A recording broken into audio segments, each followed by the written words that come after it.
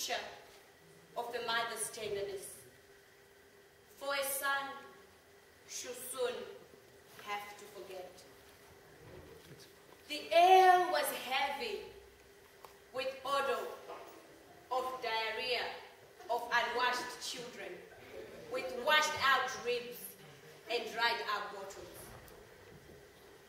Most mothers there had long ceased to care, but not this one. She held a ghost smile between her teeth, and in her eyes, the ghost of the mother's pride, as she combed the rust-colored hair left on his scalp. Refugee mother and child.